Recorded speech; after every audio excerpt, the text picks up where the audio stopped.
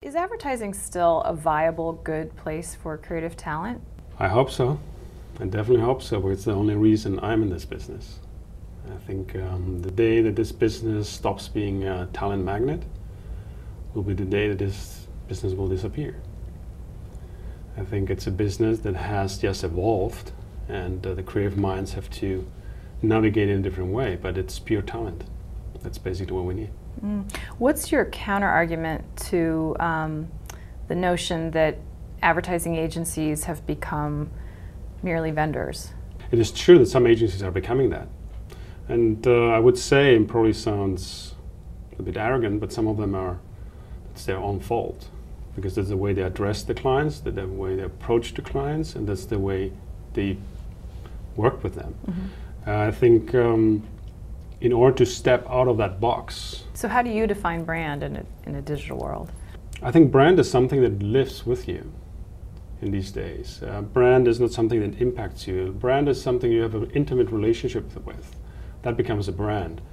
How do marketers then sort of respond? How must they sort of respond to that this new era of consumer control over brands? Well, the input comes when a brand or a product is relevant to consumer. And I know the use of relevance is constantly out there, but at the end of the day comes human relevance. It's an emotional relevance to someone. And that input will be very organic. And people will treat you like a friend, or will treat you something that they really need and trust and respect. I think respect is the biggest word right now. I think the day brands lose respect, they have no chance to be relevant. Who would you give as examples of brands that have gained that respect?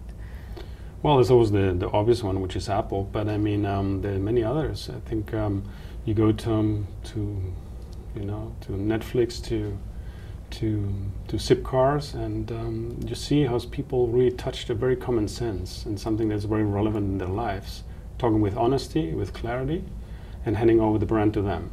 When that happens, you have a very relevant brand. Mm-hmm. One of the things that interests me is just sort of how the talent imperative changes and shifts within an organization. What's your approach? You basically have to create a network of collaborators, and you have to have the essence of the agency, that's the thinkers, the creatives, and the business people that understand the client, and then you create a network where you pepper your experience every time you need it.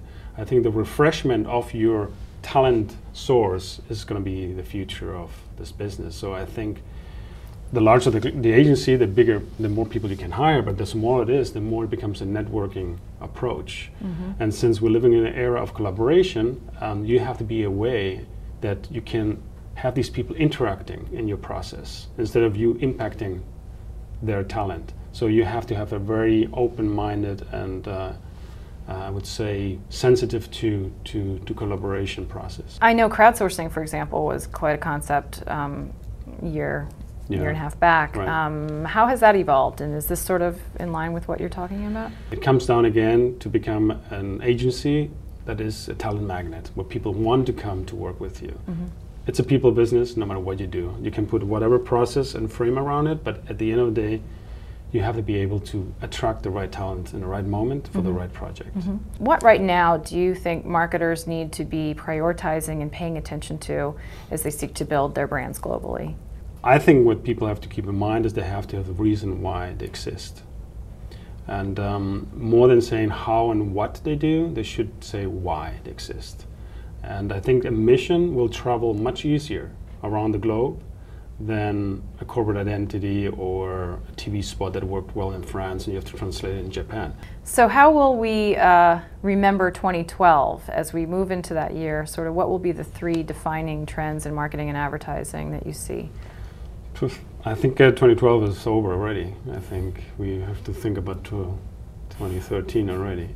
I don't think the inertia of what we have done in 2011 is already taking over 2012. Mm-hmm. We're probably in spring 2012 right now. Mm-hmm. What I would say is what I can expect and see is that intimacy between brands and people and businesses and people will be the gold of the future.